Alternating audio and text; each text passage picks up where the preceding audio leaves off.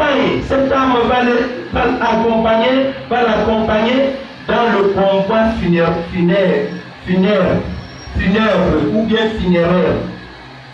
Si c'est l'âme d'un homme de Dieu, comme a dit dans une hadith rapportée par Al-Bukhari et Nasa'i, si c'est l'âme d'une personne qui était pieuse, cette âme dira ceci. Cette âme va dire, avancez-moi vite, parce qu'il est soif d'aller rencontrer le bienfait qu'Allah lui déjà gardé. Et si c'est l'âme d'un homme de mal, et dans une autre version des hadiths, si c'est l'âme d'un homme mécréant, elle va dire plutôt ceci: malheur à moi, où m'amenez-vous donc? Mais les gens vivants n'entendent pas ce que cette âme dit. Tout comme l'a rapporté sur la hadith de An-Nisa'i et bien d'autres, il dit, si les humains pouvaient l'entendre, ils s'évanouiraient. Puis le monde, chers frères dans la foi, sera placé dans sa tombe. Et alors, ses enfants, ses biens, sa famille et ses compagnons l'abandonneront. Il ne restera avec lui que ses œuvres. Le prophète, que la paix et la bénédiction d'Allah soient sur lui, a dit: 3 choses accompagneront le mort jusqu'à sa tombe. 2 s'en retourneront et une seule restera avec lui. L'accompagneront sa famille, ses biens et ses œuvres. Sa famille et ses biens s'en retourneront et ses œuvres resteront.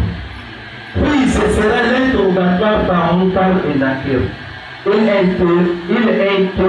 interrogeront le mort. Il est parvenu dans une hadith rapportée par Al-Bukhari et Tirmidhi et bien d'autres.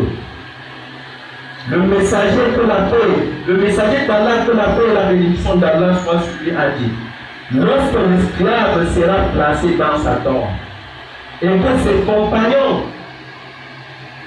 retourneront sur leur pas, il entendra le bruit de leur pas s'éloigner de lui.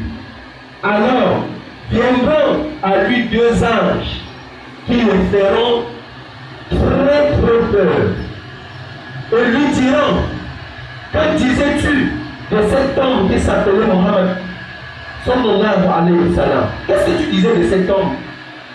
Alors la personne qui est croyante va répondre ceci: je témoigne qu'il est l'esclave d'Allah et son messager. On lui dira: regarde donc ta place, regarde donc la place que tu as évitée en enfer.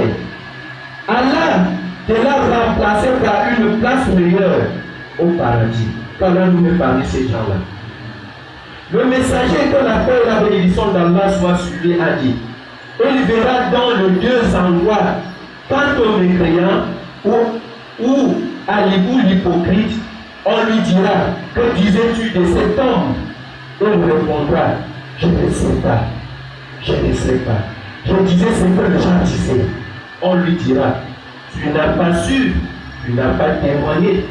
Oui, il recevra un coup entre les oreilles qui poussera un cri que tous ceux qui sont aux alentours de lui entendront, sauf les humains et les djinns. Chers frères dans la foi,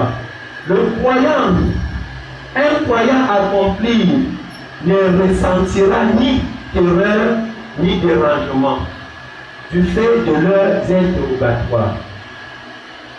En effet, Allah Azza wa Jal lui raffermira le cœur. Il ne va pas s'attrister ni être apeuré par leur aspect. Quant à l'hypocrite ou un mécréant, il sera apeuré et terrorisé. Il aura tellement